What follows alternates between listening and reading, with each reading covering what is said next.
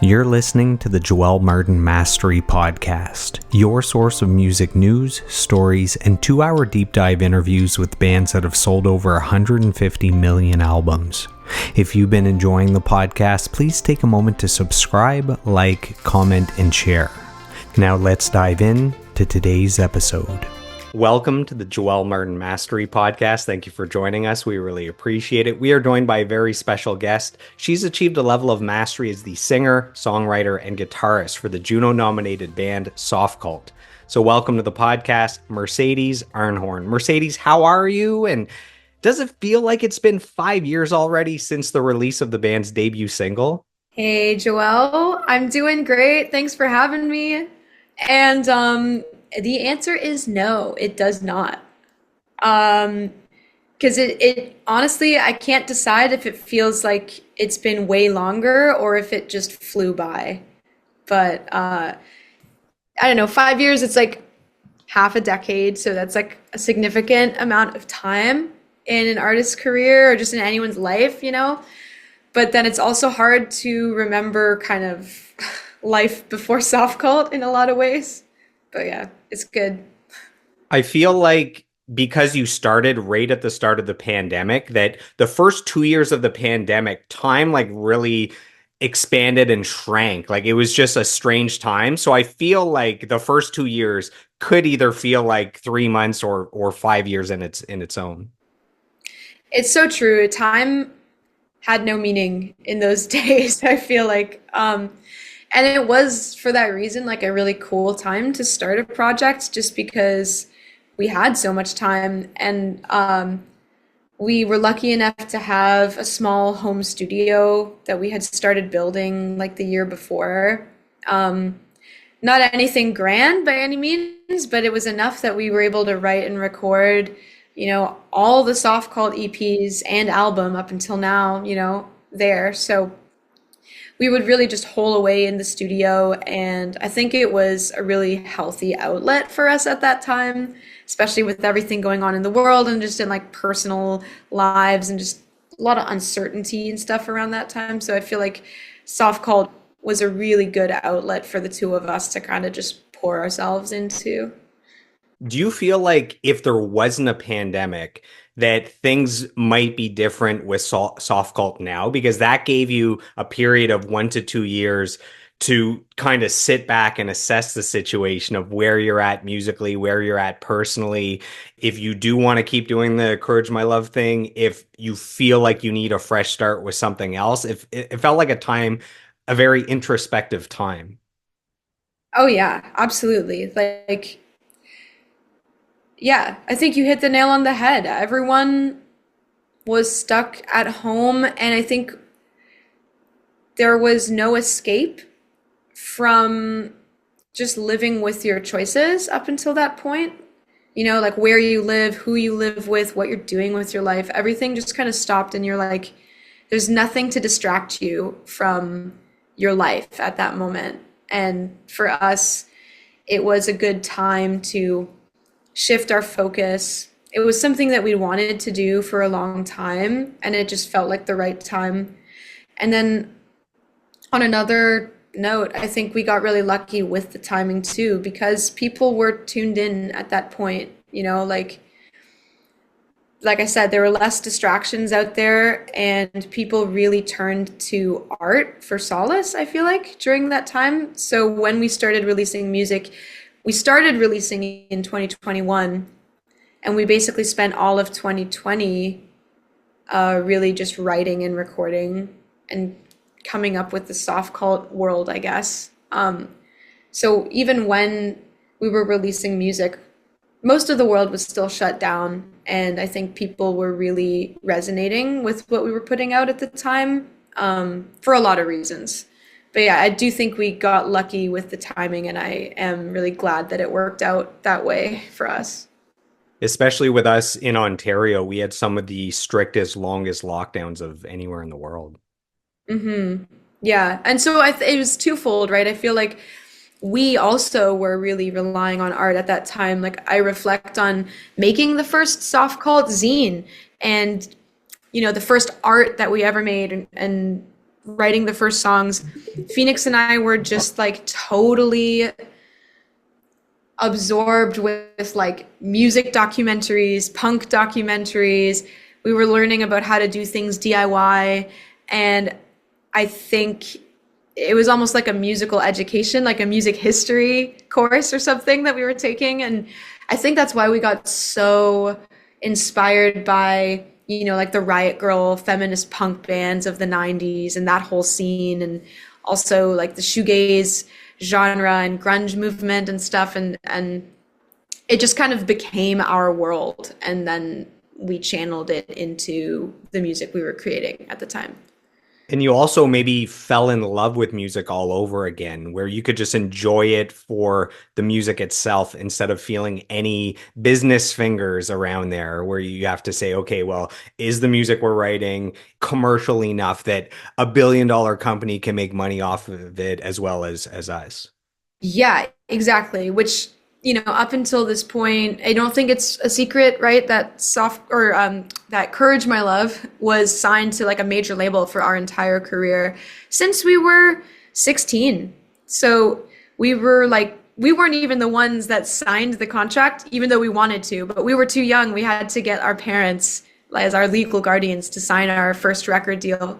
And then we signed again when we turned 18. And it's like, I look back on those days and there was like a lot of great experiences, but one thing towards the end that wasn't so great was just essentially getting shelved by our label and just writing to appease this kind of big label machine where we owed them a lot of money because we just weren't, you know, we weren't like a radio friendly band even back then. And I reflect on it now and I feel like it was hard to just keep trying to be that when that's just not the kind of music that we're good at writing, you know?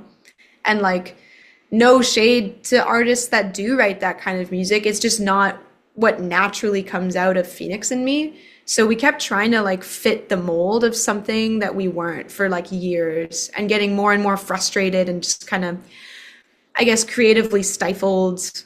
And I think we went through a period of like losing our identity artistically for a while.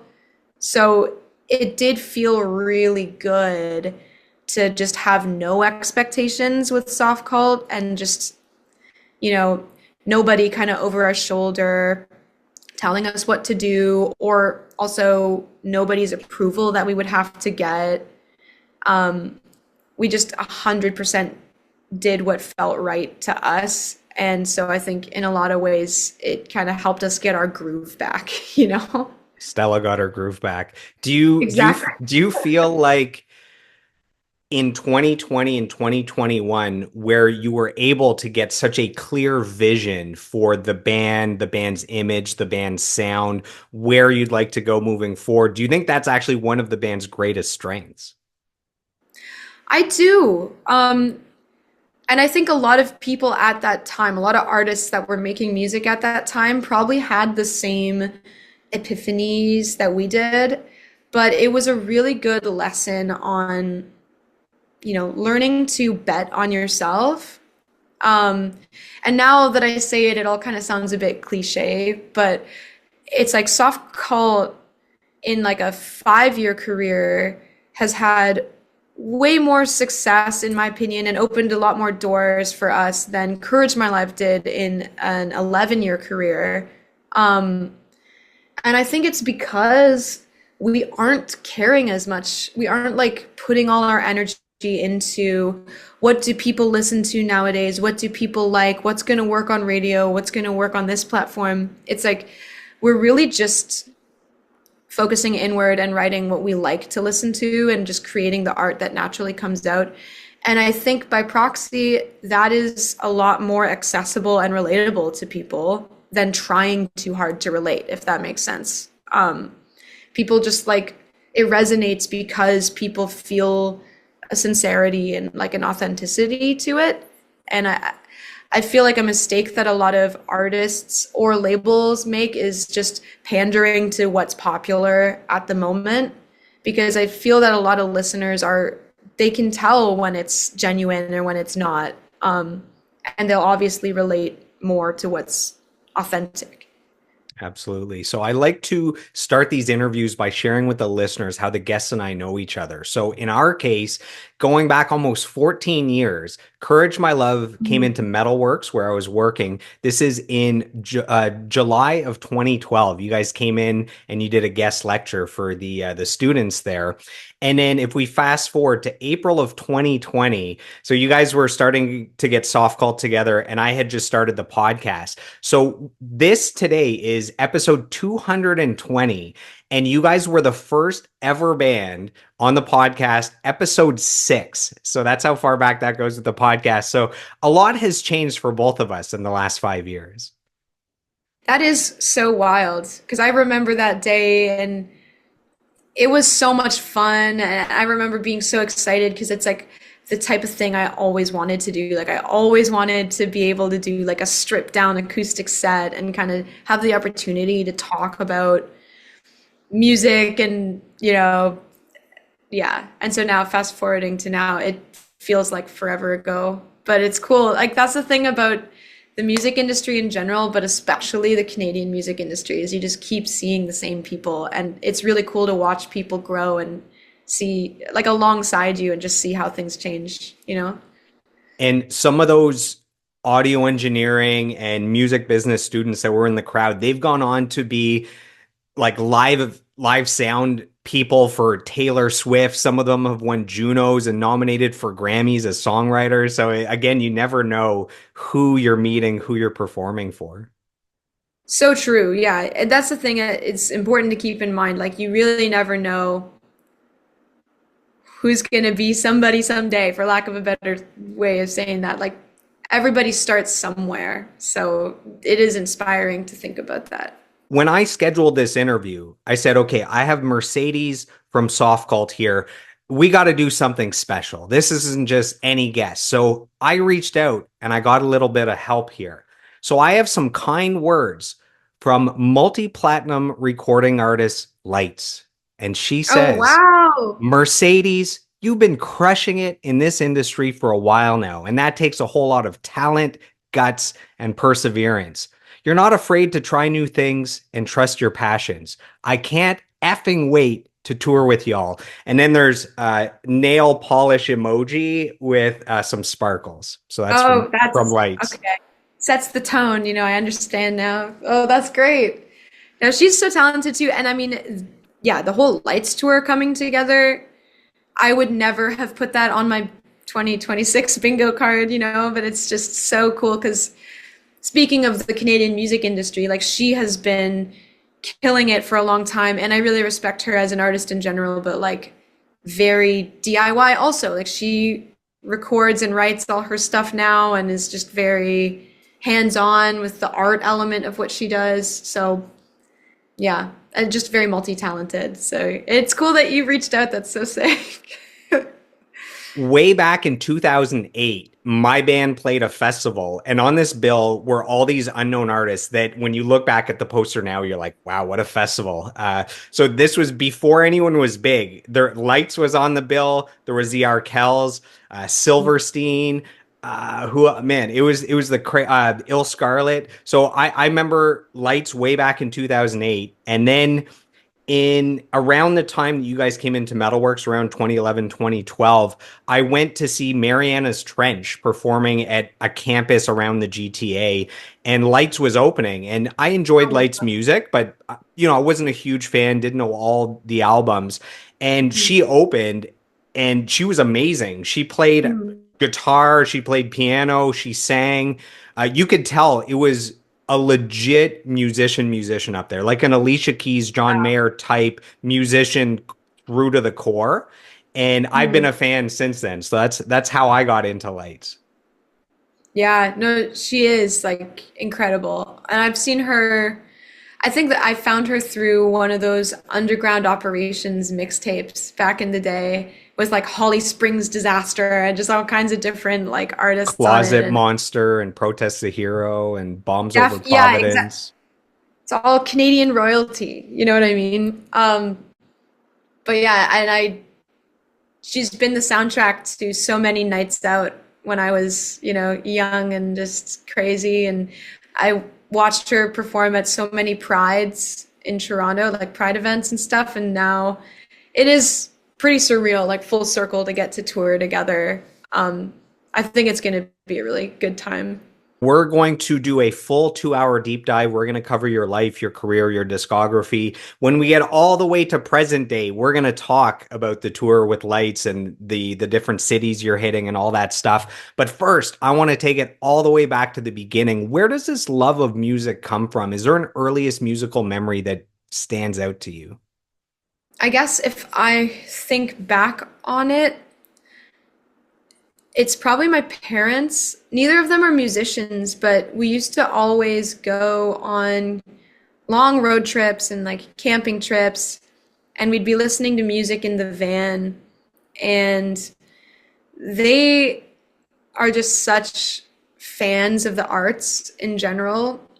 And they would play everything from, like Vivaldi to Jimi Hendrix and Janis Joplin, The Cure. They just had such great taste in music. Like my dad showed me Captain Beefheart and like Beck and just Yeah, Dad. Well done, sir. Morphine. Yeah, just very cool eclectic taste. And my dad's always been into Motown and stuff and soul, and he showed me Al Green, which is a huge influence for me. And my mom showed me The Cure and like Susie and the Banshees. They both showed us the Cocteau Twins. I feel like I have to credit them for kind of planting the seeds early. And then I think they could just tell that we were artistically inclined. And so my mom put us in music lessons very young, just to see, what would take root.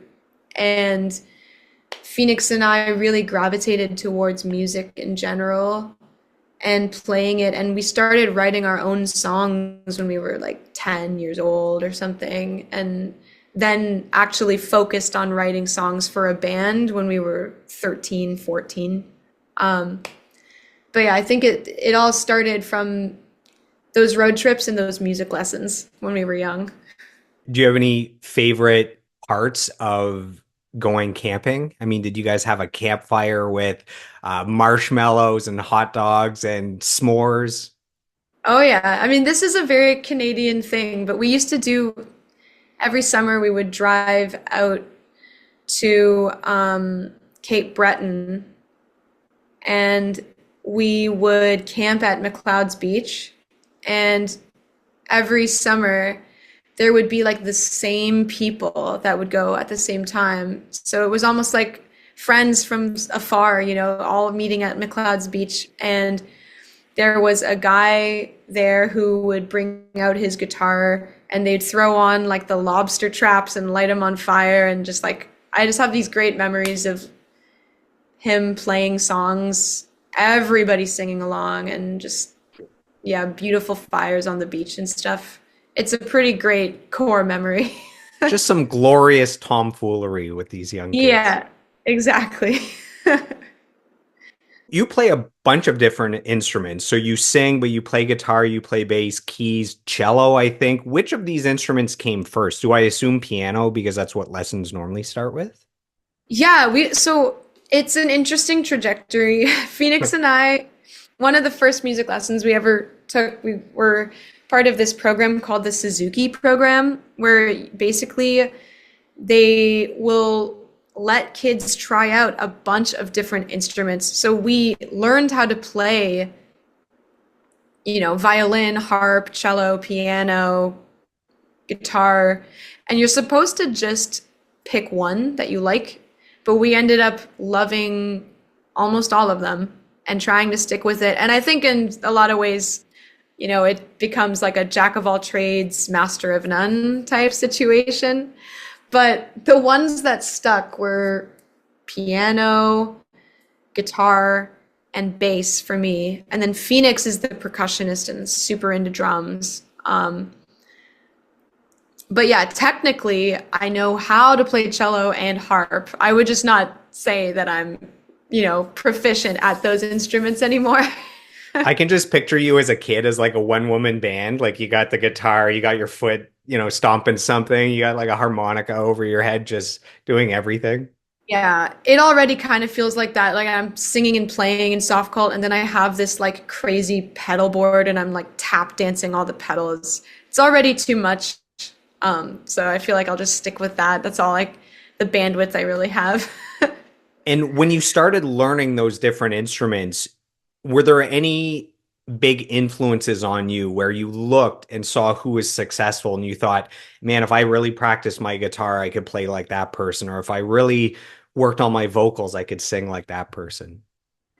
Yeah, I mean, I think from a really young age, I really loved Fleetwood Mac and like Stevie Nicks' vocals. Um, so that's a very early influence. But also through my mom, like Nina Hagen and Susie and the Banshees, I just loved their aesthetics, like their goth aesthetics and their attitude. And obviously the songwriting and everything is great, but it's like they're almost larger than just the art they make. They're kind of like these iconic artists in a way. And yeah, I also really loved Radiohead. So on guitar, that's like a huge influence for me. It's like if you practice, maybe you'll get as good as like Johnny Greenwood one day. Um, but yeah, those are probably early influences, I would say for sure. Do you think that atmospheric sound of Radiohead's guitar might have an influence on Soft Cult? Definitely. It's like the shoegaze gateway. Radiohead are such an eclectic band. They have a really diverse catalog, but In Rainbows was the first one that like really spoke to me. And they have a lot of like really shimmering kind of dream poppy elements, I feel like, on that record. And even just from a songwriting perspective, putting all these moving parts together, I feel like that still influences me to this day. And then, of course, I went down the rabbit hole and got into Kid A and like Moon Shaped Pool and just so many albums that, yeah, that are still influential to me to this day. Most Radiohead fans choose OK Computer or the Bends or Mhm. Kid A. Yeah. I actually, for me, I think In Rainbows might be their best album. Songs like All I Need are so good. Oh my. Yeah, yeah, beautiful. Yeah, it's so hard. I mean, they have a massive catalog, so there's lots to choose from, and it's like it's kind of like hard to pick a favorite. But I do think if like gun to my head, if I had to, I would say also In Rainbows, just because every song is so strong and it's such a solid album and a really distinctive vibe. And I think, I mean, this might be controversial, but to me, that's where I hear them really lean into kind of a different sound and like embrace this other side of their sound. But I love all their music, so. So that's considered one of their greatest albums. It's on the list of the greatest albums of all time. Another thing about that album is it was the first Pay What You Want album. If you remember when they released it, they finally finished their contract with EMI and they're on their own and they didn't know what to do. And they decided, you know what, we're just going to release it. You can pay anything you want. You can download it for free. You could pay $1. You could pay $50. And they ended up making millions of dollars because when you offer like, hey, pay what you want, people tend to want to pay instead of just getting it illegally because the band is offering it to them and you appreciate them. So they made, let's say on average, $7 people would give for an album, which is cheaper than a $20 or $15 album, but a lot more than just for free. So they released that. They're the first major label artist to release a big album on their own, pay what you want. They made millions of dollars. And then they released the physical edition and it still debuted at #1 and sold millions of copies. And since then, it's become pretty normal. Like The Weeknd got big because he released 3 independent albums for free that people would download. So Radiohead actually started a trend of free album, pay what you want downloads. Wow.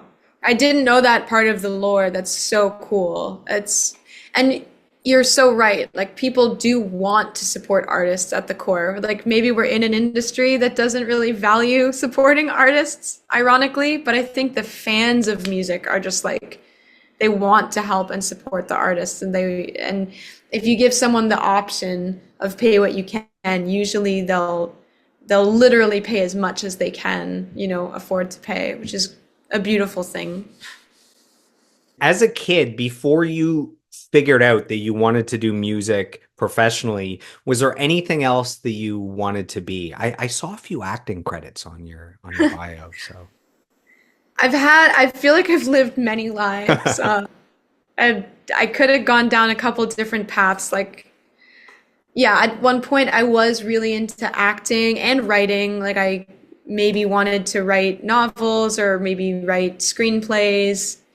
I enjoyed acting, especially like theater acting, but I did do some stuff on screen when I was younger, and I even had an agent and stuff. I just feel like it was such a cool upbringing because I was able to kind of try these different things from a young age. I was always really into also clinical psychology, and That's pretty deep for a kid, yeah, well, okay, maybe not when I was a kid, maybe more when I teenager. was a teenager, yeah, getting into social sciences. But I do feel like that was a turning point for me, just helping me understand people, myself, our minds, and then I think my lyricism as well. It just kind of helped me look deeper into things. But all things considered, I'm glad that I stuck with music, because it does make for a pretty interesting life. In which ways do you think growing up in the Toronto Kitchener area shaped you as a musician and as a person? We just we're so spoiled for choice when it comes to artists that are honestly so talented and so underrated. I feel like the Ontario music scene on a global level is kind of this like little secret. Like there's so many talented and deserving artists that are legends here. Like people, if you know, you know. But on an international level, a lot of these Canadian artists are not getting the same platforms and the same attention as what they deserve. And I think kind of coming up with that underdog mentality definitely shapes you as a musician and as an artist, and it makes you grateful for any opportunity. It also gives you a bit of a community mindset and less of a cutthroat mindset. It's sort of like what's good for one artist from this scene is great for all artists. And I noticed that a lot when we did our first Southeast Asia tour and the bands we were playing with there. They're all like friends and they're all playing in each other's bands. And if any of them makes it over to North America, the entire scene rejoices. And it's like this big community mindset, which I just think is a beautiful thing. But yeah, I think that definitely shaped it. And also we grew up in this punk and hardcore scene, which you might not really hear in our music. I feel like there are elements of it that have definitely influenced us, but There's definitely an attitude there that's brought from that scene. there is an edginess and there is like a darkness, but also like a very empowering vibe. I feel like at its core, that's what hardcore is all about, is like self-improvement and empowerment and community. And I think those lessons were instilled when we were young, going to shows and stuff. There's also kind of you know, a toxic part of that scene sometimes that we grew up with. But for the most part, I think we were lucky that there were bands in that scene that would see us play, and we were sticking out like a sore thumb on the bills we played back then. Not only because of the music that we were performing, which was not hardcore or punk, but also because we were two female presenting people. Just like, when we were younger, that wasn't as common as it is now. There's just definitely a lot more representation and diverse bills now than when we were performing even like 15 years ago. And so we were lucky that there were a lot of dudes in bands that kind of took us under their wing and showed us the ropes and accepted us as one of their own. And I feel like it did encourage us to continue and keep going. It's crazy how back a few decades ago, the industry would say, hey, if there's a festival, you can't have more than one female on the bill. It's just not going to work. People aren't going to go. And then Sarah McLachlan's like, yeah, hold my drink for a second. And then she starts Lilith Fair, and it's all women, and it's a massive Yeah, festival. And that was probably a turning point where it's like, yeah, great music is great music, regardless of genre or most gender. definitely. And Right. that is like such a great, like, that's such a, they proving her point, you know. And yeah, I love that the CBC just did that documentary about it. I don't know if you checked that out, but this is so cool. It's funny. I've actually seen Sarah McLachlan live like 4 times. I just saw her. She Oh, was here a few months ago, and she's awesome. oh, that's so cool. Yeah, I mean, huge icon, big influence. Building a Mystery is still on heavy rotation for me all the time. But yeah, I felt like before I learned about Lilith Fair, I didn't realize what an iconic feminist figure that she is, especially for Canadian music, but just in general. That's pretty sick. So if you and I were friends at 16 years old and you invited me over to listen to some albums, what albums would you be playing for me? At 16, So I guess this is around the time you sign with Warner if you need like a timestamp. yeah. Um, I was eclectic for sure. I really, really loved Death Cab for Cutie. I think they were probably my favorite band at the time, and the Plans album in particular was like really influential for me. The singer, Met it's Ben, right? Ben Gibbard. Yes, Yeah, yeah, he might be my favorite lyricist. yeah, Just absolutely. yeah, there's something like so clear about his writing. Like it's so clear and it's so accessible, and he's like telling stories in short form, and yeah, love Death Cab. Honestly, like he's a poet. Like the lyrics are just they speak directly to your soul, and you feel like you know him, and you know exact the metaphors he uses. Like you feel like you know exactly what he's talking about. Huge influence also in terms of lyricism. You're saying Yeah, Metric, and I think. guitar. Oh yeah, Metric. That's right. Metric, another Canadian gem. I was really into the Live It Out album and the Fantasies album when those came out, and then I discovered their older stuff through that. But yeah, Emily Haines, huge icon for me as well. And then Phoenix and I were always into heavy music like Deftones, Slipknot, just a lot. Definitely Paramore. I feel like we have to mention Paramore. They're obviously kind of broke the mold and paved the way for a lot of bands like us, especially in those days. So, yeah, you'd probably get a pretty diverse lineup of albums. Yeah, I own that album Riot that had the first 3 breakthrough singles there, and I read that Haley Williams has acknowledged the soft cult universe. Yeah, it's, I still can't believe it. And I can't think about it for too long or I just It hurts my spiral. brain. It does. Because it's like, I feel like every artist has this sense of sort of imposter syndrome.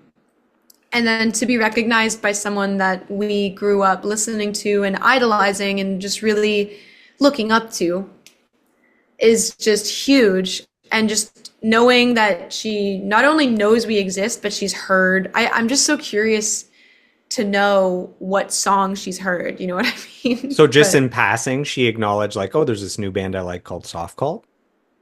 well, she had a podcast for a while that she was doing, kind of in between Paramore and Haley Williams solo project stuff. And I guess the lore is like someone that she would do this thing where she'd like check out music recommendations and someone mentioned Soft Cult and she was reading them on her pod and was like, I love Soft Cult. Her words, You uh, need that on a poster. Just Haley Williams, I love Softcult, I love and Soft then you Cult. can Yeah, die happy.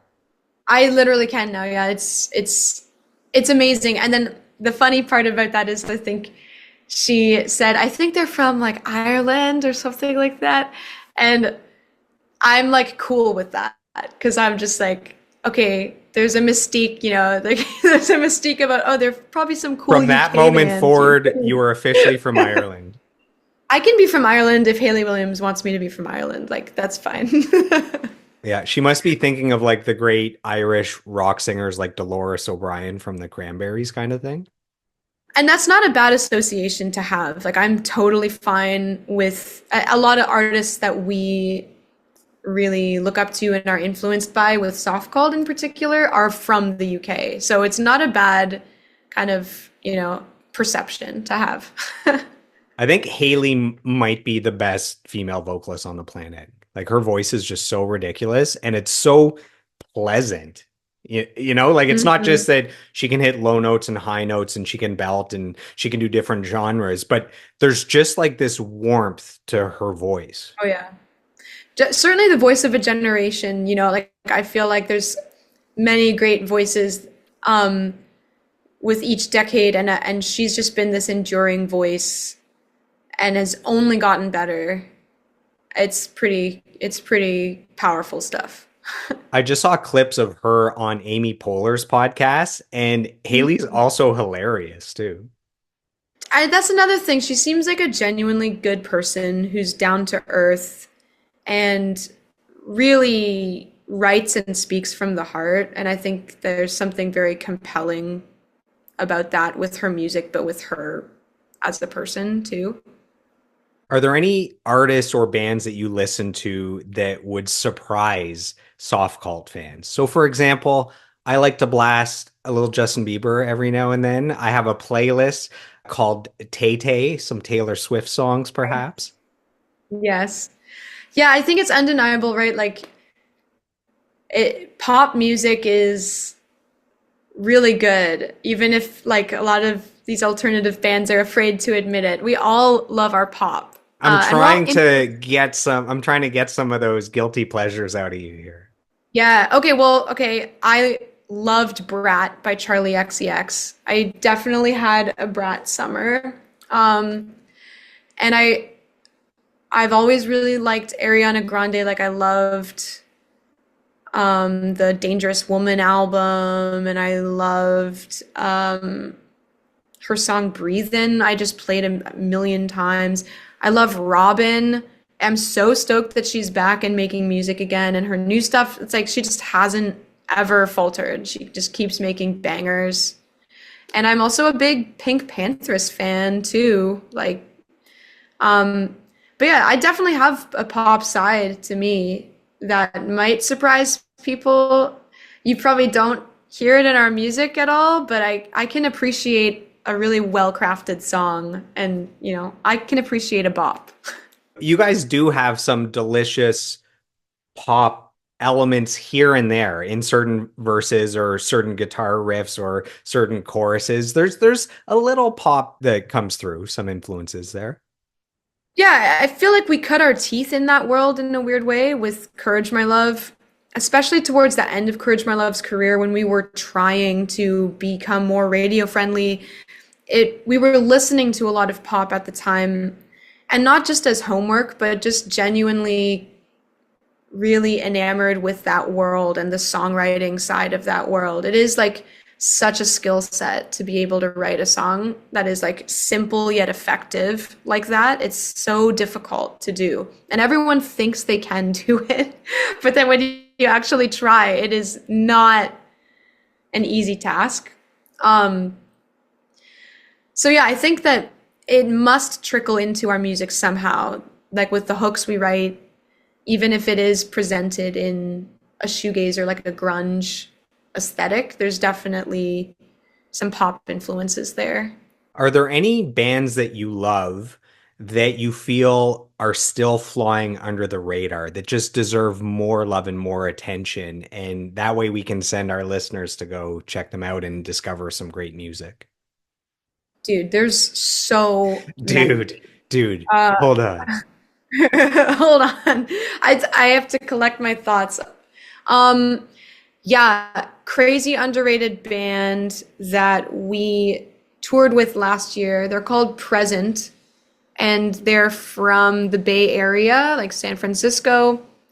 They are amazing and just don't get the credit that they deserve. They inspire us, and they are so young and so talented, and I can't recommend them enough.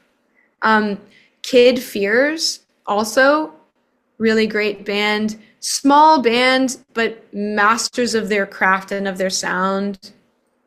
Um, Dude, oh, Death of Heather, we toured with them and they're a band from Bangkok, and they are just they should be a huge shoegaze band.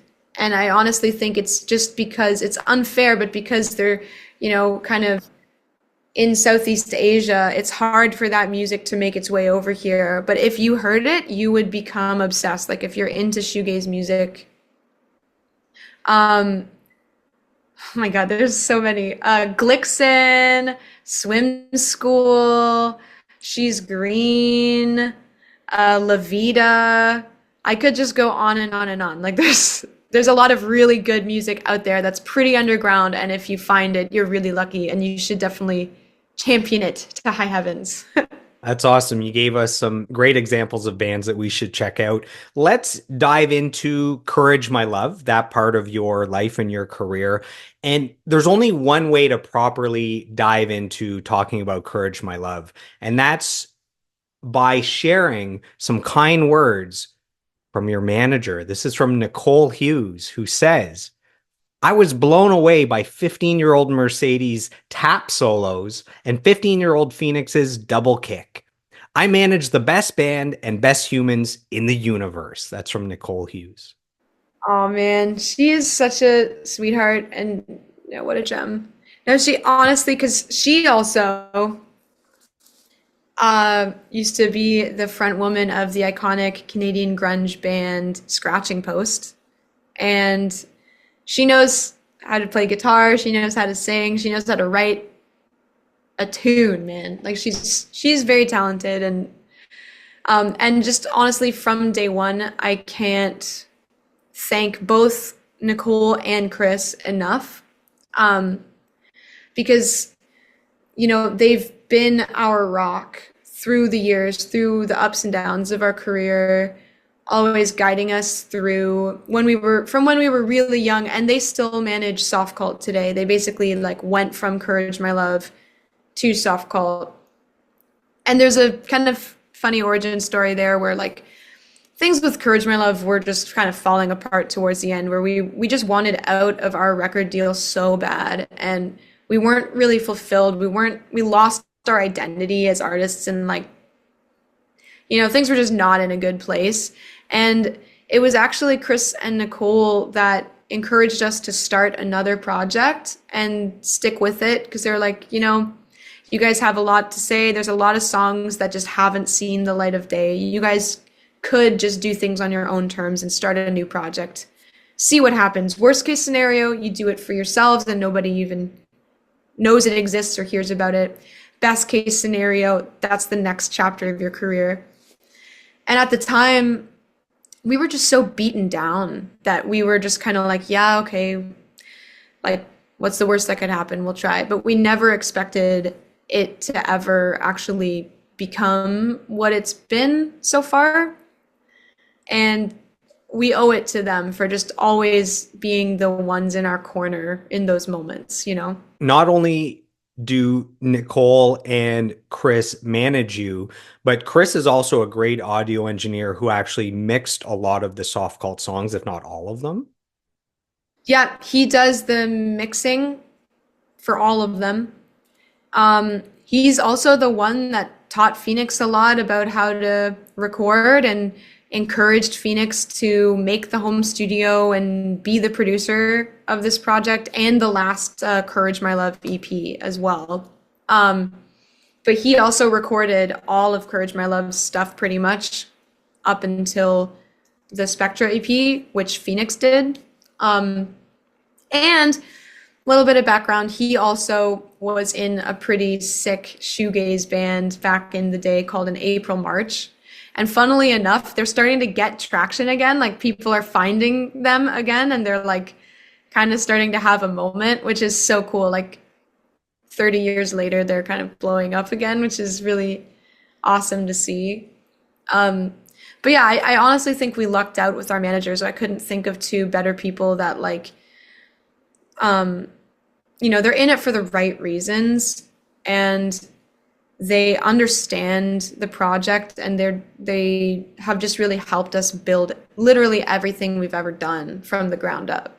And at what point did you and Phoenix go from just two kids playing instruments to wanting to play in a band together, which would be the genesis of Courage My Love? Um, I think we were 13 probably when we started writing our band songs, and we didn't really have a name or anything yet, but we had just kind of naturally and organically fallen into the role of drummer and guitar player. And we could both sing, but it's hard to sing lead vocals and play drums at the same time. So just naturally, I took the lead vocal and Phoenix took the harmonies. And that's kind of where Courage My Love started. But genuinely, I think the first time we heard Evanescence, something like changed our biology or whatever, like our chemistry changed the moment we heard Bring Me to Life. Or actually, I think the first song we ever heard by them was Going Under. But we were just, it ignited something in our little 13-year-old hearts, and we just started writing music like that for ourselves. Are you still a big Amy Lee fan today? Yeah, I mean, my partner has toured with her, and she sounds like literally, again, another beautiful, genuine person, iconic in her own right, paving the way for women in music and in metal, which is a tough door to break down. And I have nothing but respect for her. And then, yeah, for me, those first two Evanescence albums, like Fallen and The Open Door, were very influential to me at that time, like when I was around 12 or 13. That was just like all I was listening to. I think those two albums, the debut album Fallen, because they were an unknown band when they signed and recorded it, there was all the pressure from the label to have Bring Me to Life to add a guy rapper Yeah. because Limp Bizkit, Papa Roach, Linkin Park were all popular, so they forced that on her, and it makes sense. The album goes and sells 17 million copies, so like the label's not wrong with the debut album. But then the difference in sound between that and The Open Door, where you can tell Amy Lee was like, okay, I just sold 17 million copies, give me a little Yeah. freedom on this one. And you can hear Open Door is like the full expression of Amy Lee. And then moving forward, like you never hear another guy rapping. It's Amy Lee's Yeah. vision moving forward with The Open Door. Because I honestly feel like they eclipsed the new metal wave in a lot of ways. Like, I think labels sometimes will tend to do that, where they see that work for some artists and they're like, well, that's got to work. That's what we've got to do. And they want to make that, that quick buck or whatever by just having something skyrocket, even if it's like, in my opinion, a short-sighted view of an artist's career, if they can just get one single to blow up and break. But yeah, I guess the full lore of that I heard of that story is they had been dropped by the label. Like they were just about to be signed, and then the label pulled the plug, and they were heartbroken, and they're like on the way back home in the van all together, just like, well, this was a failed mission, basically. And then they get the phone call that I guess the song Bring Me to Life had been chosen for the Daredevil soundtrack. And then they were like, again, like you were saying, pushing the rap verse on there because that's what like the new metal sound was doing at that time. And at the time, Evanescence were just like, yes, oh my gosh, like 100%. Like they felt like it was, the day was saved, right? But that's just not the kind of band that they ever were. That was just like, And it's funny because I think Deftones actually have weirdly a similar story where um what song is it? I think it's Back to School. They or the Back to School Pink Maggot. They had a song called Pink Maggot where Mini the Maggot, I chorus think. Mini Maggot, thank you. Mini Maggot. Back to School, the chorus is the chorus from Mini Maggot, and I guess the label really liked the chorus of that song, and they were like, "You should use that as like a chorus for this song, but then add in like rap verses." And I guess they did. They're like, "Okay, whatever." Like as a joke, laid down some like half thought out rap verses, which I will admit in retrospect, I love that song. It's pretty sick. I like it's not just pandering or whatever, but they weren't putting a ton of effort into it. They were just like, okay, sure, I'll show you how quickly I can basically poop out this verse. And then the label, of course, loved it. And then Deftones are in this predicament where they're like, well, we don't even really want to do that. We just did it like as kind of just to show you how easy it is to do that. And then, or I should say easy for them to do that. They were like, okay, fine, we'll release it, but it has to be the last track on the album as like a bonus track because they were already like, we don't want this to be like our big single. And then the label pulled a fast one on them and made it the title, like the opening track of the album. And back in those days, it's printed, it's done. It's not like you get these approvals that are digital. You can like change things around after the fact. It's like, that was it. And the label made it the second single off the album after Change, House of Flies or whatever. Right. Yeah. So it's just, and who knows, with those things, I feel like there's a lot of stories about labels, you know, like Smells Like Teen Spirit, the band didn't like that song, or like Creep by Radiohead, like the band hated that song and didn't want to record it. And you know, in Creep, where in the second verse you hear the guitar like chukka, chukka, chukka. Apparently that was like Johnny Greenwood trying to like sabotage the recording. But now it's like this iconic hook that everybody like looks forward to. So sometimes the label can be correct where they like find a song that isn't the artist's favorite, but they're like, there's something about this song that is going to be huge. So, but yeah, it's interesting, the little behind the scenes view of that. So last year I interviewed Paul McCoy, he's in 12 Stones. He's the male Wake Me Up vocalist on Bring Me to Life, the Wake Me Up. So that's him. Yeah. So I did Yeah, a yeah. two and a half hour interview with him. So there's 18 minutes in the interview where we're just talking about Bring Me to Life, how that came together. And he was already signed to Wind Up Records, and then Evanescence gets signed, and he's in a meeting where the label Wind Up was like, hey, there's this new Evanescence band. This is the first song, Bring Me to Life. We think that'll be the single. We want to put a male on there rapping. And as a joke, Paul, like their band wasn't big. As a joke, he goes, hey, if you can't find someone famous, I'll do it. And then 3 weeks, 4 weeks later, he gets a call. They go, oh, we've chosen you to do the male rapping on that song. We need you to fly tonight to the studio. So he gets on a flight, lands there. I think in an hour and a half, he does that famous Wake Me Up part. Yeah. That's it. Doesn't hear anything forever. And then that song goes on to win 2 Grammys, sell 10 million copies, and the album itself sells 17 million copies. And he's like, it was just a joke. Like I just threw it out there. If you can't get Mike Shinoda or Fred Durst, I'll do it. And he says it as a nobody. So Yeah. Well, I mean, and that's also, there's another side to that story, right? Where maybe Evanescence didn't want that to happen, but that is such a cool thing for him to have just fallen into. And it also goes to show that, like, as artists, we just way overthink everything that we do. Sometimes the magic that's captured when we're just having fun and not trying too hard is like the best thing maybe we could have done. So. Courage My Love signed to Warner Music in 2010. Do you remember the first time you heard your own music on the radio? I'm assuming it's some Courage My Love songs. Yeah, it happened It's really cool when it's like unexpected. And one of the first things I remember is I don't know if I remember the absolute first time, but I remember it happening in the wild when I wasn't expecting it. Like I didn't know it was getting In the played, and wild, it I sounds like you're was out camping again.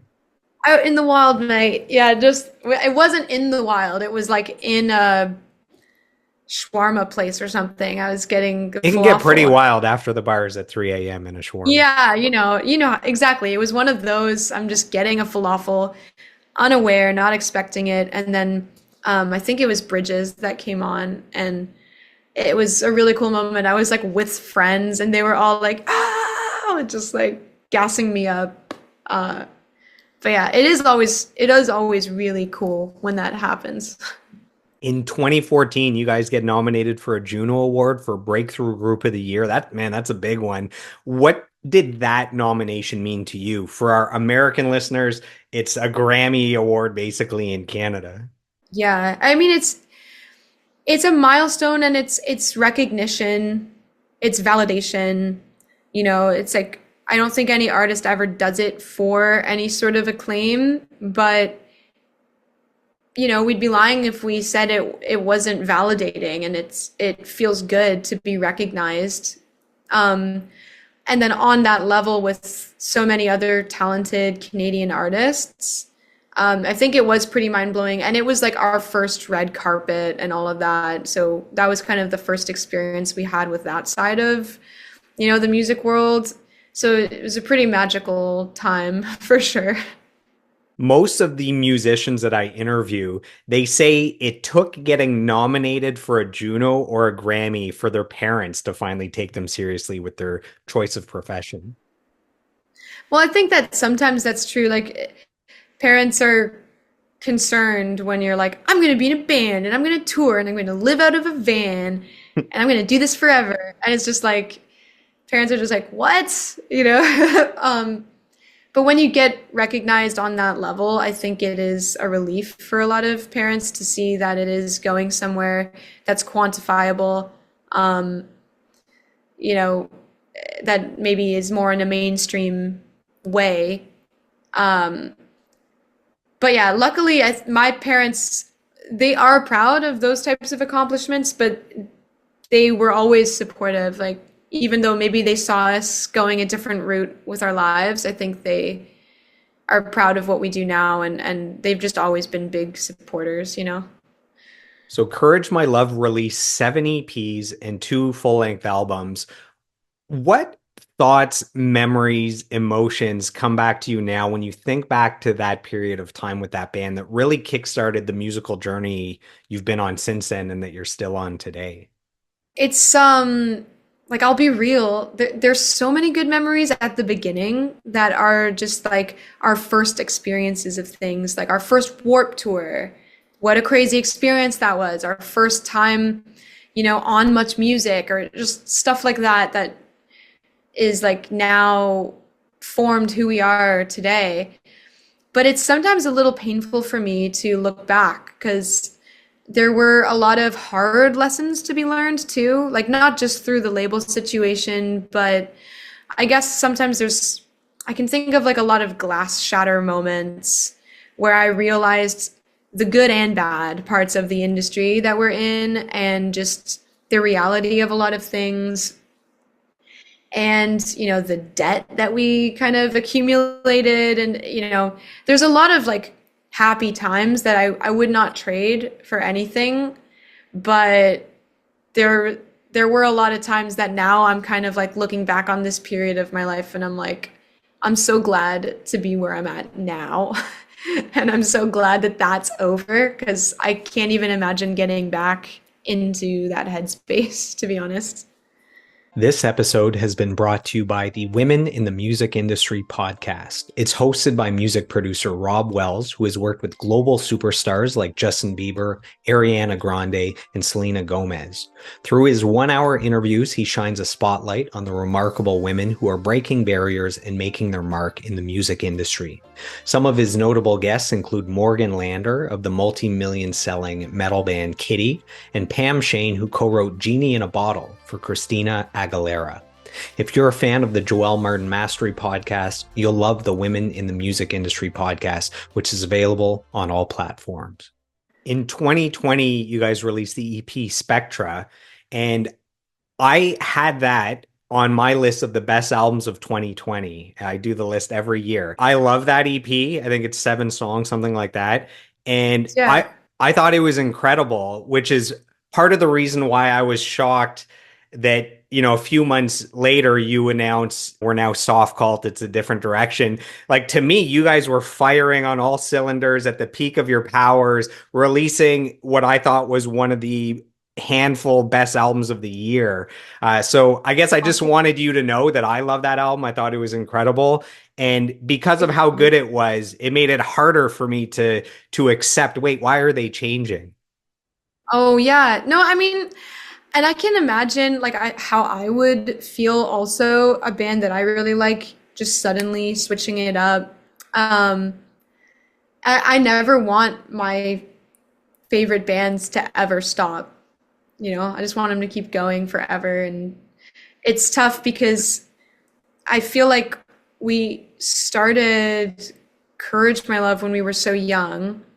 Looking back on it, it is this snapshot in time of like us as like these kind of spunky young musicians writing and touring for the first time. But we couldn't maintain, like, I guess times change, right? You grow up, your kind of direction changes, your artistry changes.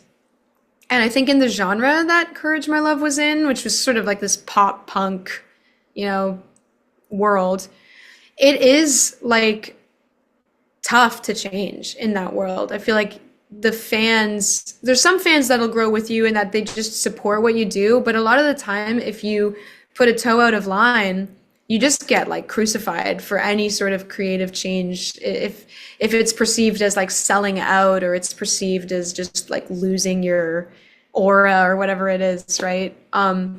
So I think we got really frustrated by that.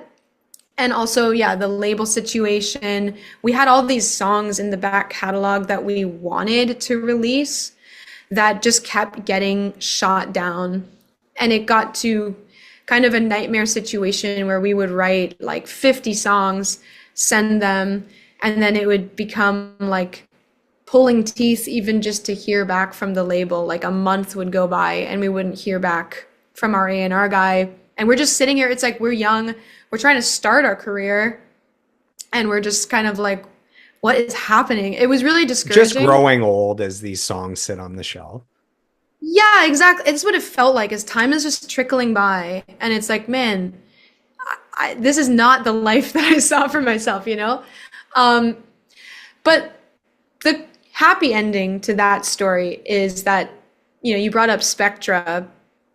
I think Spectra is an EP that we also felt very proud of. And it's nice that Courage My Love ended on that note. When we released Spectra, I think our label owns like half of the EP, but and then we own the other half of it, which was a first because usually they own like all the masters. But I think at that point, they already knew, we had already talked about parting ways and just calling it an even split. And they were up for that because we had probably lost them a lot of money by that point. So basically we had a lot more creative control with Spectra. And I think that's where we learned how to record at home for the first time. We were writing songs and we didn't need the approval of the label for the first time because they were just kind of like, fulfill your contract, put out this last EP, and then we'll call it a day. So they were a lot less hands-on with Spectra. And also video-wise, we were creating all the videos for it, which was also a different vibe. And we were doing all our own styling and everything that before we had known from the major label world, where it's like, they choose the photographer or videographer, they choose how you're styled, they choose the songs, they choose the like final mix. Everything that was out of our hands was suddenly back in our hands.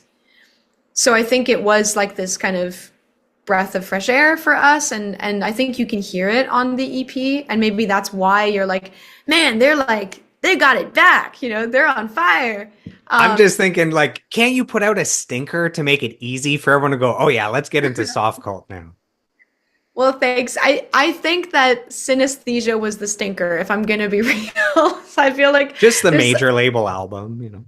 Yeah, and it's like that also was our like we same with Softcult, like we had released a lot of EPs up until then, and then it was sad because that was our debut album that at the time of release, Phoenix and I just did not stand behind the songs that got picked for that album or the final mixes, but we just were so desperate to like release music at that point that we were kind of like trying to find ways to get into it. You know what I mean? We're like, no, we could do this. This is cool. We like this.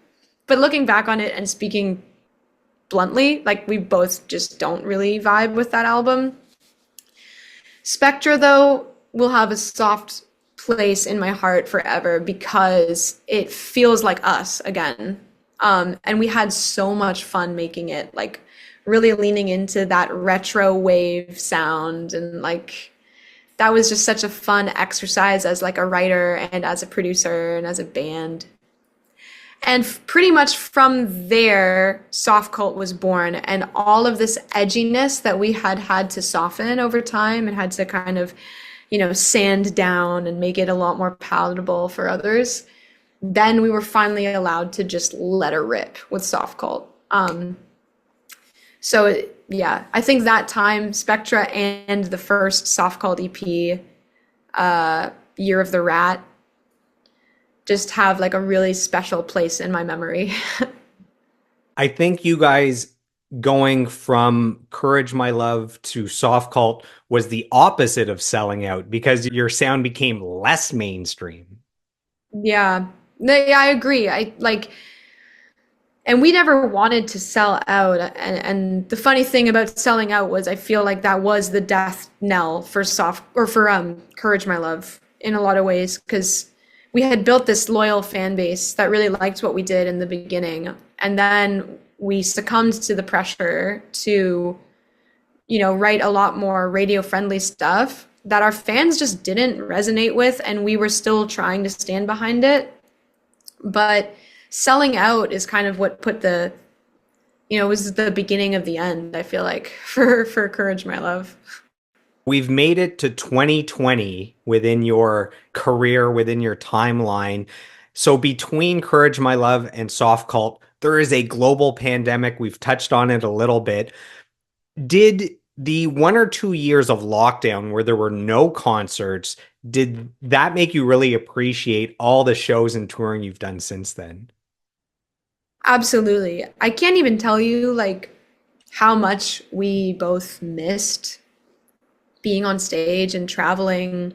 And, we understood that it was vital during those times. Like, obviously, we were like, okay, if this is what has to happen, this is what has to happen. And it did give us time to just be in the studio. But there's no placebo, like there's no supplement for just touring and being on stage and performing live. So the first Softcult show that we ever played, when things opened up again, we were all so nervous. And I remember my eyes were just like screwed shut the entire show because I couldn't look at the crowd. I felt like I just couldn't catch my breath, but it also felt so amazing. Like it was so great to rock out and have the energy of the room again. It wasn't just your first show in a long time. It was the first Softcult show too, right? So it's like a double whammy of nerves. That's actually a really good point. It was like the first show in a long time in front of people, and then the debut of Softcult, and it's like we'd only ever been a studio band up until that point. So it's like we'd already released 2 EPs before we ever played a live show. And then it's kind of like time to test your mettle and see if you are like a real band or if you're just kind of a good studio band, And was that first show, was that at the Drake Underground in Toronto? Yes. Yeah, that's right. That's a good venue. Which ironically, and you're going to be a full circle moment coming up.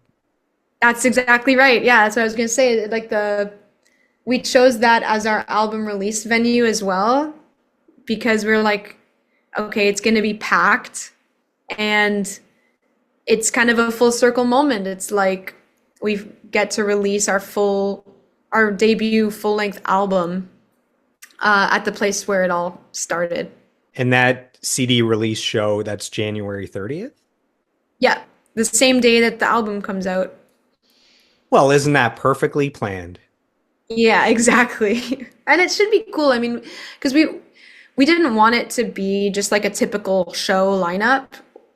So we are performing like a full set, playing a bunch of new songs as well as some classics, but we're getting our friend Misconduct to do the opening set, and she's just like a really talented drag queen, and she's made like some cameo performances in like a music video that we put out last year or like the year before. And then we also have like a zine fair happening and like a zine exchange and zine making workshop. So it's going to be just kind of like a big fun event. So going back to the start around 2020, 2021 for Softcult, where does the band name come from? I guess like we wanted to pick a name that would conjure up an image, and a lot of our lyrics are critical of,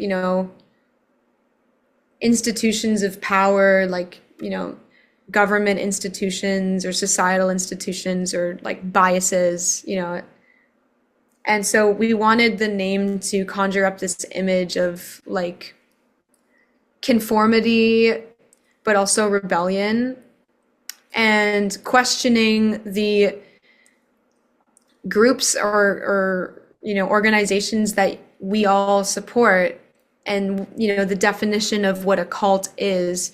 We think of like Heaven's Gate and stuff like that are very like obvious cults, but there's also a lot of soft cults in society. Like maybe we could think of certain governments as cult-like, with their following, or even a band can be sort of like, sometimes I'm on stage, I feel like I'm a cult leader and all my followers are there in front of me, and it's like or like a religious organizations, or even like a family or a community. It's kind of like looking at things and being like, what soft cults do you contribute to, and do you know that you're a part of?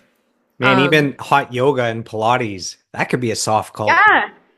Dude, there are many cults. With There's tremendous benefits, though, let's be honest. Yeah, some are good. It's not always a bad thing. Like, it's not always a bad cult, but just the cult mentality, right? Of just like blindly following someone or something. So I guess that's where the name came from, because we already knew that we wanted to be a band that would speak on political and social issues with the music. How did you attract the attention of the British label Easy Life Records, and how has the relationship been different than when you were with a major label? Yeah, that is such an interesting, cool story. Like, basically, yeah, it's lockdown. We're just writing and recording. We're sending Chris and Nicole our demos, and they're, just kind of sending them around to their friends and just their contacts in the industry that they know. And we have this friend, Jamie from the UK, who at one point was interested in maybe working with Courage My Love in some capacity, but there really wasn't any area that wasn't already filled. So, we just kind of stayed in contact with him, or at least Chris and Nicole did. And they just like casually sent him like, hey, just so you know, here's what the twins are working on right now.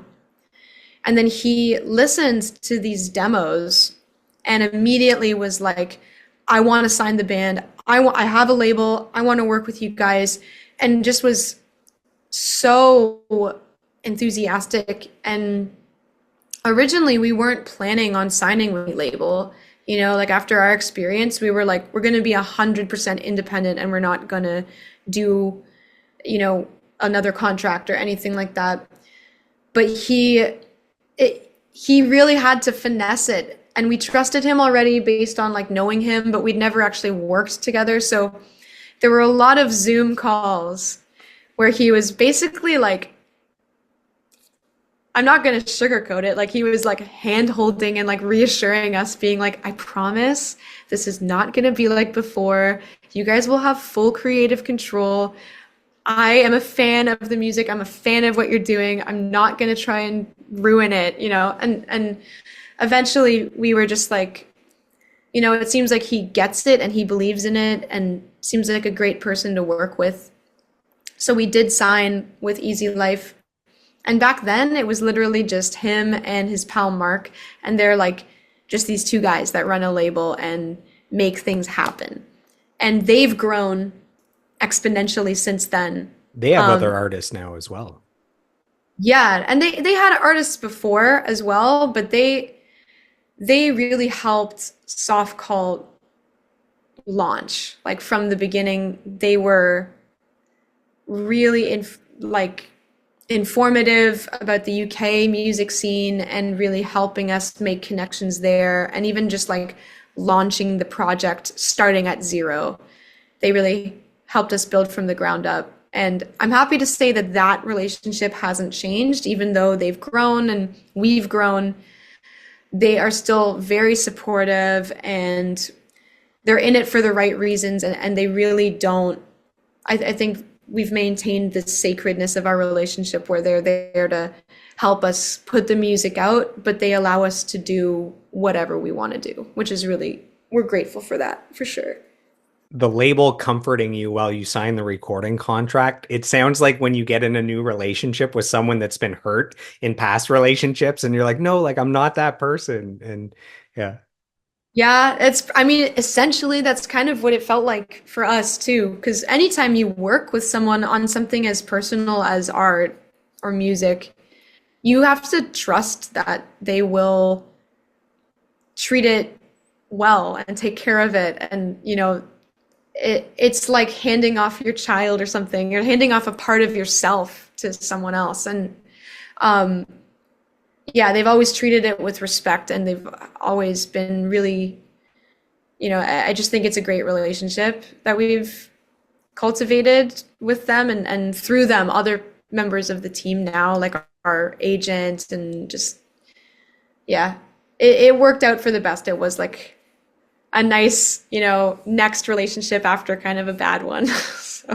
The last one made you appreciate the current one. We have a fan question from Evelyn Withrow. Her question is, when you're getting ready for a concert, do you have any kind of pre-show routine to help you get physically and mentally prepared? If so, what does that routine consist of? You made a new fan out of me because of your band's unique style and great energy. That's from Evelyn. Oh, that's so cool. Oh, it's nice. Yeah. Luckily, like the four of us are friends, and so we love like on tour. I feel like our routine is finding the best coffee spot that we can nearby, finding a good place to get dinner, preferably vegan food for me, and then we all like to I guess stretch and be kind of physically active and just maintain that while we're on tour. So, you know, doing a bit of yoga, doing a little bit of calisthenics and stuff like that, limber up before and kind of warm up. And we do kind of have like a little pre-show drink, you know, just to like take the edge off. Just a little drinky poo. Just one, yeah, not more than that. But at least for me, but yeah, just one. Can you introduce the other members of the band to our listeners, just so they're aware of the other members? Sure. So Phoenix is my twin, also co-writer, co-vocalist, the drummer and producer of Softcult. Fiend also makes all the artwork, whether it's from our monthly zine or any t-shirt that you buy or any album that you see, any art whatsoever, any tour poster, it's all coming from Phoenix. And then we also have Phil Hurst on the bass. He's a really good friend of ours, like really great guy. And Brent McSwiggan, also really close friend. He's on the guitar. And they were both in other bands. They've had like careers of their own, and we just kind of, I guess poached them. I think that we found them at the right time when they were kind of in between projects, and but they're really great writers on their own, in their own right, really great artists. So we're lucky to have them. So I wouldn't be doing my job if I didn't reach out to one Brent McSwiggan and get some kind words. So Brent says, Mercedes is a wick, spark, and flame. The emotion, talent, and passion that pours from her creativity is something to be inspired by and adored. I'm fortunate to have a bandmate and a friend like her. You know the vibe. That's from Brent. Oh my gosh, Brent. Dang, man.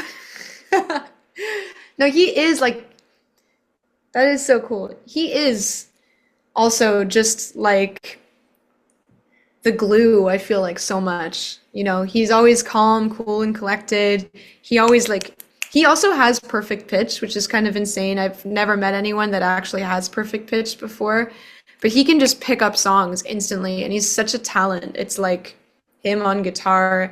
And like I said, he's an amazing writer, but also a really great friend and a really consistent friend that Phoenix and I are lucky to have in our life. A very loyal and just compassionate person. So yeah, I don't know. That's really nice that he said that about me. I want to dive into all the EPs you guys have released and the upcoming album.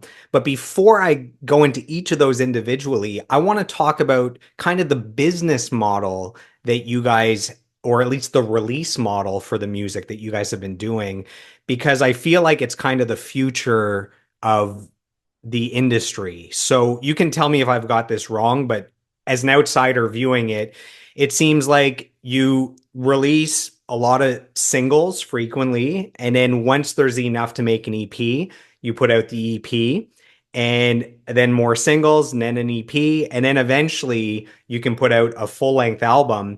And why this is awesome is the traditional model is a band would put out an album every 2 years, a 2-year album cycle. So we put out the album today and we put out one single. And then maybe in 2 months, if you're lucky, there's a second single. And then 2 months after that, a third single. So in the 2-year cycle, you have about 6 months worth of releases and then a year and a half of nothing where you're just forgotten. And then you try to start again and build momentum from scratch after 2 years. And the genius of your model is every month, every few months, there's a new song, a new music video. Everyone's excited, and as that one is maybe fading a little, oh, there's another single. And then, oh, we get them all together as this collection of songs with an EP. And then eventually you've built up this mass fanfare that's ready for a full-length debut.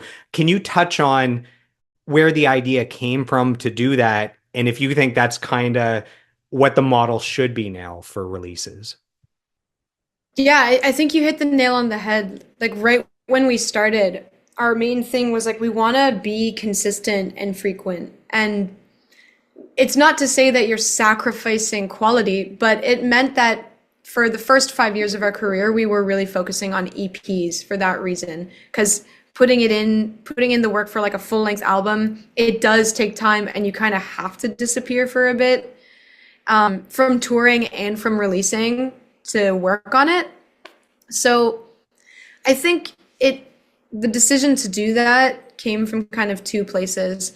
One, from like a business savvy place that Phoenix and I didn't come up with the model. It was definitely, Chris and Nicole and Easy Life that were in support of that. And especially Chris, he's a very, logical and business savvy person, which we're lucky to have because Phoenix and I are not so much that way.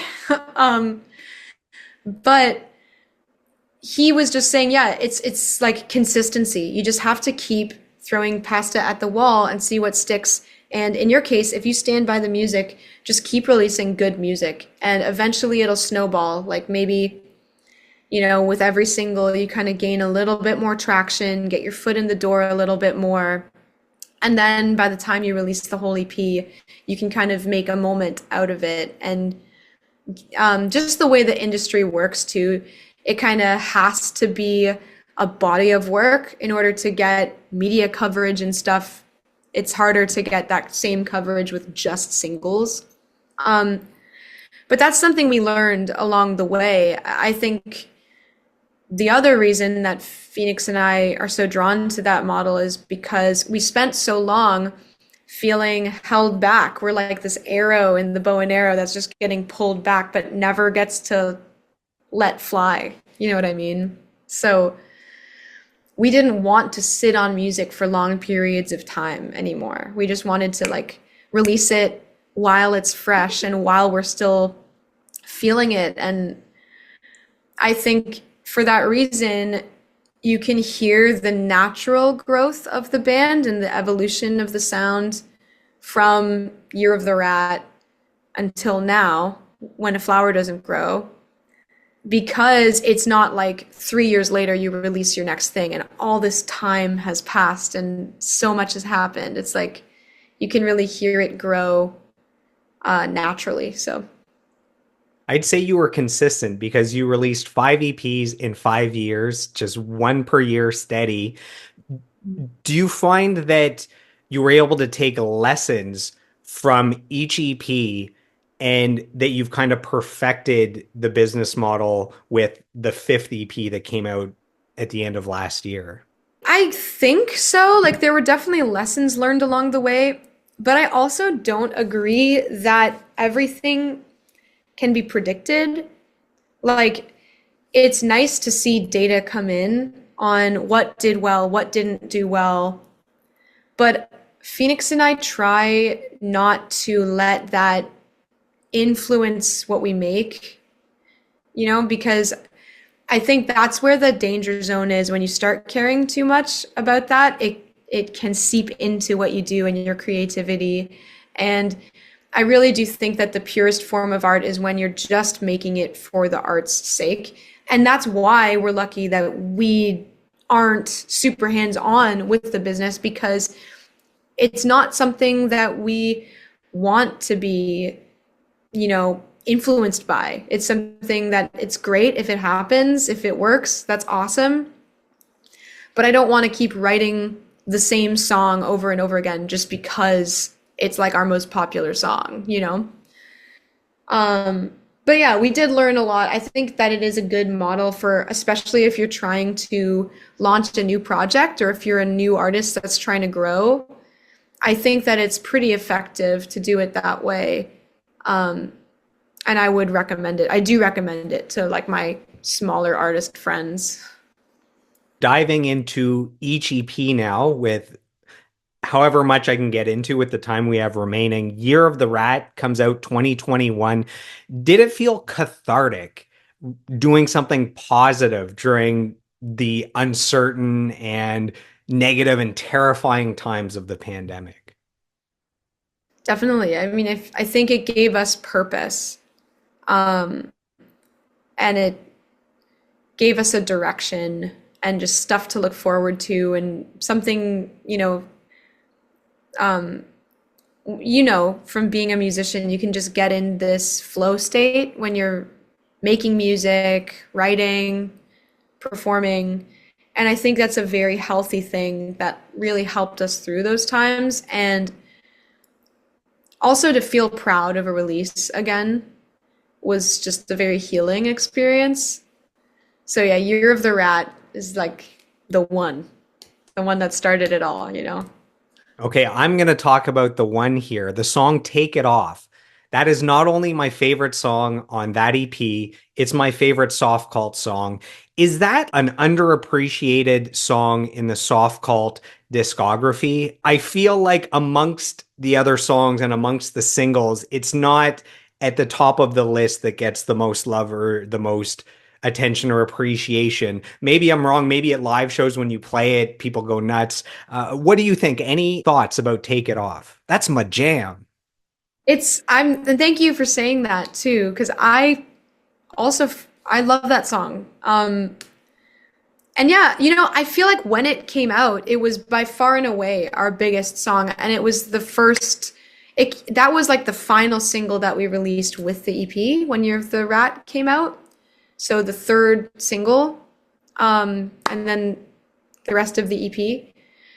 And I think when it came out, it was our biggest song for a while, like for the longest time. And still live at shows, it gets a great reception. I do think people know it. Like, if you know the band, that is one of the enduring favorites, which is really cool. The one that knocked it off its throne was when the second EP came out and Spit It Out dropped. I think then that one became sort of the quintessential Softcult tune that people think of. But you can't always trust what you see on, like the Spotify popular song, top 5. Because I think a lot of that has to do with algorithms and just like what playlist you're on. When we play live, Take It Off still gets a really great reception. So I wouldn't worry. I don't think it's as, much of like a, deep cut as maybe you think. Let's dive into that Year of the Snake EP. This comes out in 2022. Spit It Out, that's still your most popular song on Spotify, 6 million plays. Why do you think people love that song so much? I think it's there's something about the songwriting and like maybe the chord structure, maybe the lyrics, the melody. It's like the pieces all just fit on that one. And we had a lot of fun writing it. I think it's like the song structure is really exciting. We tried new things that we hadn't done before. And yeah, I guess my answer is like the songwriting. I just think it's like it is compelling for people. 2023, you guys released the EP, See You in the Dark. The song Dress, this is an important song on this EP. With the lyrics, it's a dress, not a yes. That kind of sets the tone for this song and then for the EP. Yeah, like that one in particular, I think we were nuancing what we were writing about. With the first 2 EPs, we would write about these like systemic problems that you could do kind of broad strokes with, like Another Bish is about misogyny, and Take It Off is about objectification, and Spit It Out is about, like ignoring hateful rhetoric. It's like those are kind of broad strokes. And then by the time we get to See You in the Dark and Dress in particular, we're nuanced, we're honing in on like nuanced subject matter. And that song is about coercion and just also about assault and just about gender violence, but in a nuanced way.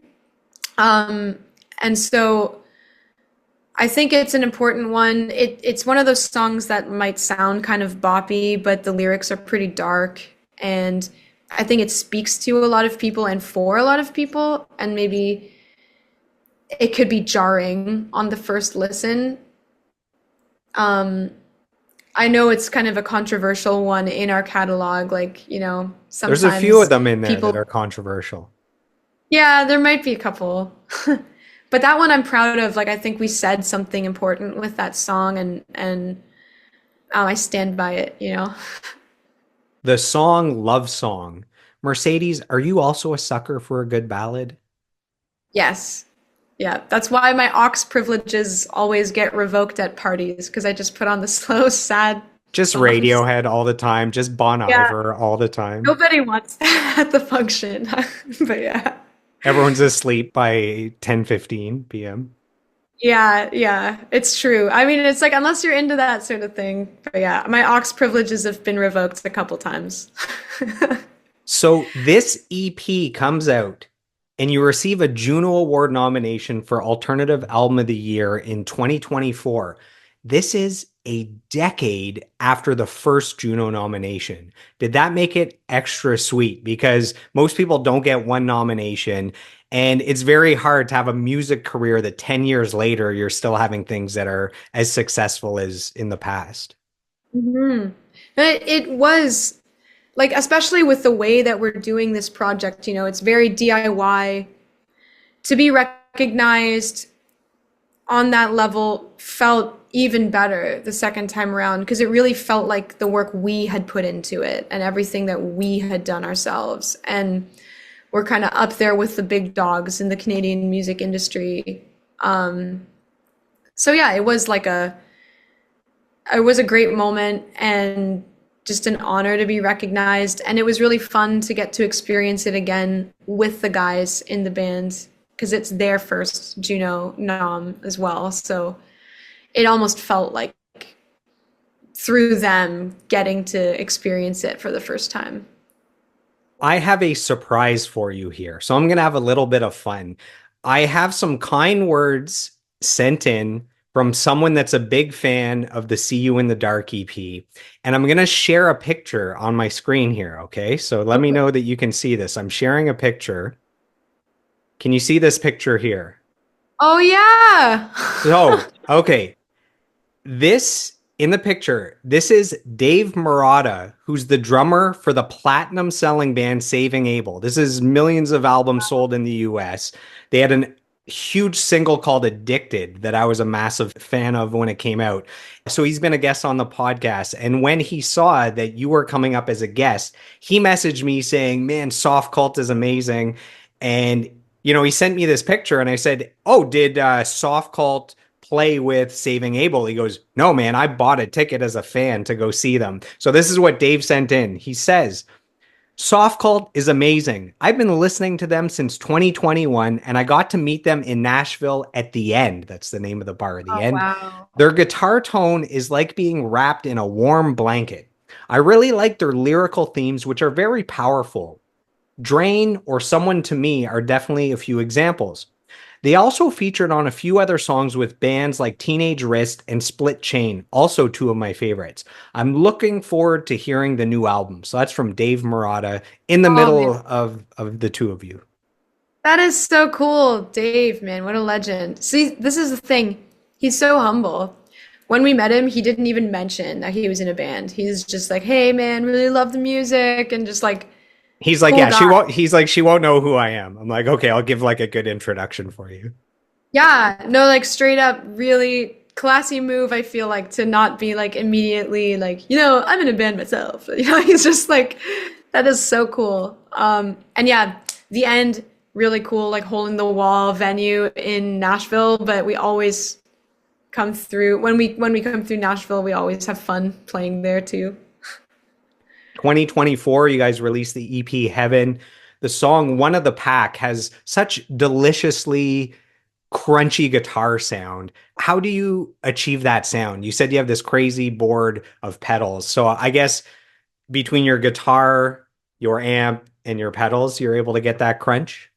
Oh yeah, the tones all come from, I'm all about analog pedals. Like really influenced by bands like My Bloody Valentine and Slow Dive. And I think in the shoegaze world, it's like your pedal board is kind of almost like an instrument on its own, but the Heaven sound, like specifically for that song, it comes from a pedal company called Walrus Audio.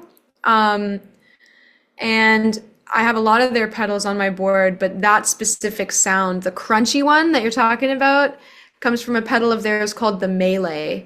And that is basically their version of like the Kevin Shields Loomer pedal, where it's basically fuzz and reverb in one pedal. And they do a lot of cool stuff with it where you can make it like reverse, which is cool. You can decide what comes first, the fuzz or the reverb, which I guess for the pedal nerds listening, that does make like a big difference in your pedal chain. It really makes a difference in the sound and the tone. And it's cool because you can control it with like a joystick. So it's very different from any other pedal that I have on my board. But I remember that the first song we ever wrote after I got that pedal was Heaven. And that pedal is all over the recording for sure. The song Nine Circles, is that referencing the nine circles of hell from Dante's Inferno? Yes, exactly. Yeah. Um, well, we figured like since we had this concept for the Heaven EP and just questioning like, well, what is heaven? And again, back to the whole cult ideology and stuff, just, you know, we wanted to throw in a spooky track that also references hell. And if heaven is something that we create for ourselves, then hell can also be something that we create, you know? The song Shortest Fuse. Do crowds headbang when it gets to the big crunchy guitar parts? No, because we've never played that song live. How dare you? You have an upcoming I tour. know. I'm just saying. Well, we need to learn it. You're not the first person that has recommended that. So, and I like that song. I'm definitely down to throw it in the set. I feel like there's automatic headbanging if you put that song in. I love that part that you're talking about. That's probably literally my favorite part of the whole song. We'll call it the big crunch. That The guitar big part. crunch. Yeah. We love a crunch. So you guys have 324,000 monthly listeners just on Spotify. Who knows what's on Apple and the other places, and over 40 million spins, again, just on Spotify. So you don't know YouTube and Apple and everywhere else. How do you grasp numbers that big as 324,000 per month listening and 40 million total plays? It's important to remember that each number, like each statistic, is like a human at the other side of it. And I think that kind of is when the penny drops.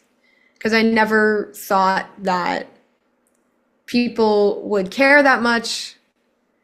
And I'm just grateful that they do. And, you know, I also know from our past experiences that this could all go away, right? Like, you got to really enjoy it and not take it for granted while you have it. So when I see statistics like that, I think in the past, when I was younger, I would have thought like, well, what's next? What's next? Where's more? What else? You know? And now, after having gone through, you know, the Courage My Love experience and having a second chance and starting over with Softcult, I really just feel grateful for any win, no matter how big or small, and grateful that people care and, you know, are continuing to support. December 10th, 2025, you guys released the Queen of Nothing EP. This is the fifth and final EP, bringing us up to date. The 4 songs on that EP, as well as Pill to Swallow, those are the foundation for the upcoming full-length debut, right? Those are 5 of the 11 songs? Yeah, there's gonna be 11 songs. All of the songs that have come out, you know, last year and this year are on the album, as well as, you know, there's still half an album worth of songs that haven't been released yet. Those are all coming out on January 30th. But in typical Softcult fashion, we wanted to release some singles leading up to the album. I feel like, you know, it's not a standalone EP. I still feel like it's part of When a Flower Doesn't Grow as like the main body of work. The song 1625, the drums are very intense in that song. When you play the song live, do you need a fire extinguisher close to Phoenix in case there's instantaneous combustion going on? Dude, we had to practice that song so much just to get the drums right. But it's great. I mean, I feel like a lot of Softcult songs are kind of mid-tempo or slow, and so it's really nice to have such an energetic, fast one in the mix and show off Phoenix's drum skills. We kind of, in the studio, made the beat on a drum machine, which is why it has that like industrial sound. It has like a late 80s Nine Inch Nails industrial sound to it, which is awesome. You totally get it. Exactly. That's Nine Inch Nails is probably Phoenix's favorite band, and like Trent Reznor is a huge influence and icon. Yeah, just genius. But yeah, that industrial gothy sound that they do so well. We were really trying to harness that with the drum sound. So then translating it live, it's like it is a workout for Phoenix, but they make it happen. And I think they're also happy to kind of like, you know, get to let her rip on drums during the set. So we talked about Radiohead earlier. We're bringing up Nine Inch Nails now. Those are the two best concerts I've ever seen in my life. Nine Inch Nails in Montreal with Queens of the Stone Age and Death from Above 19, what is it, 89? Wow. 79? Anyways, Death At from Above. 79. Yeah. And then Radiohead, normally you go to see a band and there's, I don't know, 5,000, 10,000, 20,000 people. Sometimes if you go to a festival and there's a bunch of bands, maybe there's 30 or 40,000 people. I saw Radiohead alone in Montreal, 60,000 people. And it was for the Hail to the Thief album. So 2003-ish. Wow. Oh my gosh. Lucky you. Have you ever Those are have you ever seen Nine Inch Nails? No, Phoenix has though. Yeah. Phoenix did. Ask Um, Phoenix, because that's the best show I've ever seen in my life. they said it was, yeah, just so inspiring. Like they also said best show they've ever seen. Just the sound, obviously, but the visuals too. Like it's such an experience. I'm speaking for them, but that's what they told me. The song She Said, He Said, was that song built around those tasty bass riffs? Yeah, the bass was the first thing to go on the recording, which is backwards for us because usually it's like the last thing before we put vocals on. I kind of write bass parts around the guitar and all of that. But for She Said, He Said, the bass riff is kind of like the lead in that song in a lot of ways. What can fans expect from the 6 songs that have not yet been released from the new album that we're going to be able to consume in its entirety on January 30th? There's definitely a lot of unexpected stuff. I feel like when we were writing and recording the album, we were really intentional since it is the debut full-length album. We wanted to show all the different sides of our sound. So, most people know us as like a shoegaze band or a grunge band. And there's definitely a lot of shoegaze and dream pop and like ambience on the album that hasn't been heard yet. But there's also a lot of punk, because we're very influenced by Riot Grrrl punk and maybe even hardcore that people probably aren't expecting because we've never leaned so far in that direction before this album. So there's 2 songs I can think of that are going to be real outliers on the album that I don't know if people are going to be expecting, and I just can't wait to finally share them. And would you call this a headphone album where someone should get a good pair of studio headphones, they should lie in bed, and they should consume the album start to finish, every song in order? That's how I would love it to be experienced. Just kind of lock yourself away and listen because it is a very storytelling album at the same time. And I do think the order, if you do listen to it in order, there is a through line and a clear story that is getting told. But I also really, like when we were listening to the mixes and masters, I loved listening to it on like night drives when I was driving.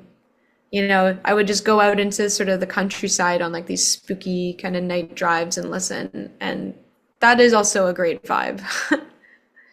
So before we wrap up, I just want to talk a little bit about the upcoming shows, upcoming tours. We've mentioned January 30th at the Drake Underground in Toronto. That's the CD release party, the day the album comes out. We've mentioned the upcoming North American tour with Lights. This is February 13th to March 20th.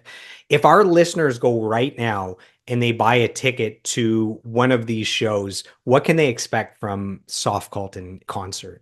Well, I think there's only like 40 tickets left, so just get it fast if you can. But also you can expect, I think that the way we tried to curate this event is it's like all things that we really enjoy about being in the project. Like we enjoy playing live, we enjoy having that live experience. We love supporting causes that are important to us and speaking out on issues that are important to us, which we will do on stage, but also we're giving proceeds from the ticket sales to the 519 in Toronto. They're a really beloved organization that is helping LGBTQ plus communities and youth especially, but they have all kinds of different programs going on and a very worthwhile cause to support, especially in this day and age, right, where there's a lot of vitriol and bigotry towards, the trans community and the queer community in general. So we're really proud to support them in any way we can with the show. There's going to be a drag performance, which is always fun and just like really cool. And what more can people ask for from a concert than all these awesome things? You can't. It's going to be great. And zines. There'll be lots of zines. On this tour with Lights, March 18th, you're going to be here in Ottawa at the Bronson Center. This is a great venue. I don't know if you've been there or not, but it's about 1,000 people, so great capacity. The venue is on a slant, so whether you're at the front or the back, whether you're short like I am, you can see from anywhere in the house. And then there's a balcony up top, so if you need to sit during the set, there's seats available as well. So it's a great venue. That's awesome. So kind of like the Danforth, if you've been there in Toronto, yep. Like we've never played there in Ottawa before. I think we've only played in Ottawa twice, and once was like a festival. So yeah, you just did. Is it the 27 Club? Mm-hmm. Yeah. So that used to be Zaphod's, and right. That one I think is about 400 people. So it's such a great venue. I go see bands at that venue more than anywhere else. Like all the awesome bands tend to stop in at the Bronson when they pass through Ottawa. My question is, if I show up at this show, will I hear Take It Off? That's my only question. You will hear Take It Off. That one, for the most part, stays in the set along with Spit It Out. That's all I needed to know. You guys just announced that you're playing at the Meadows Music Festival in Fergus, Ontario on May 30th. The bill is awesome. Arkells, Wild Rivers, Joel Plaskett Emergency, Yukon Blonde, Dallas Smith, Cameron Whitcomb. What's your favorite part of playing festivals? Does it feel like a reunion, like a high school reunion, if there's other bands you're friends with that are on the bill? It's really cool. It's like the festival atmosphere is great. Most of the time the bands are treated really well. It's nice to be outside. It's nice to experience other artists that we don't normally get to play a bill with. I think that's maybe the biggest thing is like playing on big stages, large crowds. It's nice to play to people that don't necessarily know you already, and it's like their first time seeing you. And yeah, getting to see other bands that we might not otherwise have the opportunity to see. So we've made it to the final handful of questions. Can you handle just a few more questions? Absolutely. Yeah, no problem. So you've already accomplished so much in your career. Are there any dreams that you still have in your heart that you're working towards that you haven't attained yet? It's hard to say. I think that I just want to keep improving as an artist. I want to be continuously fulfilled by what we do. And I just want to keep getting better. Like I want the songs to keep getting better. I want to become a better musician and a better writer. And through the art, I think there's a lot of introspection. I want to grow as a person as well. We just started 2026. When you look ahead at the year that's coming, do you have a vision for how you'd like to have it play out? Are there any specific goals you'd like to achieve? Well, I know for a fact there's going to be a lot of touring this year with the album, supporting the album. We're going to some new places that have been on my bucket list. I don't know how much I'm allowed to say about that yet, but it's parts of the world that we've never, been to before. countries and cities we've never played in before that I've always wanted to see, let alone perform in. So these are Um, after the Lights tour. yes, yeah, they're not announced yet. That's all we can give Unannounced. you, people. That's all we can give you. Yeah. But yeah, I think just having those experiences, it always is really rewarding, especially after spending a lot of time in the studio and touring North America. It is really nice to get outside and see what the rest of the world has to offer. When you look back on your life and your career, what are you most proud of? These are the I tough think questions at the end. I know it's hard to put it into words. I think I'm just proud that we stuck with it, and I'm proud to be doing something that I know I will still feel very proud of years to come. It's no longer like this teenage project, which, it was great, had its ups and downs, but it's not like I will listen to those songs and still I'm not the same person I was when I wrote those. And I feel like with the songs we're writing now, we're speaking on issues that are important. We're using our influence and our voice and our platform to talk about important things. And I think even if my taste changes, I'll always be proud that we did that. And now, when you look back on your life and career, what are you most grateful for? I'm grateful for the people first and foremost, like the people along the way who gave us a chance in the beginning, who continued to believe in us and support, and who still do and who did back then and just never gave up on us. And it's like a lot to ask, I feel like, for someone to believe in you that way. And yeah, I'll always be grateful for that. If you could sit down next to your 10-year-old self and you could whisper words of advice, sharing everything you've learned since 10 years old, the mentorship and the experiences and the lessons, the highs and lows, the successes and failures, what do you whisper to cute little Mercedes sitting there to help guide her through this human experience? I think the advice I might give would be trust yourself. Because I think any, times that I've ever gotten myself into a bad situation, it's because I haven't trusted my gut instinct and I've just kind of been like, oh, well, I've gaslit myself in a lot of ways. And I feel like a lot of that could have been avoided if I would have trusted my intuition and listened to myself a little bit more. So I think that's the advice I would give. Final question. Is there anything you'd like to say to the fans that have supported you all the way back through the Courage My Love days and into the Softcult days? Just thank you. Like it's so surreal to meet people from the Courage My Love days that come out to Softcult gigs. And it's people that I have, in a strange way, grown up alongside. Because a lot of the time when we were teenagers making music, our fans were like our own age. And we've gone through life, we've lived a whole life, and we're still in each other's world. And it's sort of impossible to say how we've influenced each other. So just, I guess, thank you so much for still caring and for being a part of our life.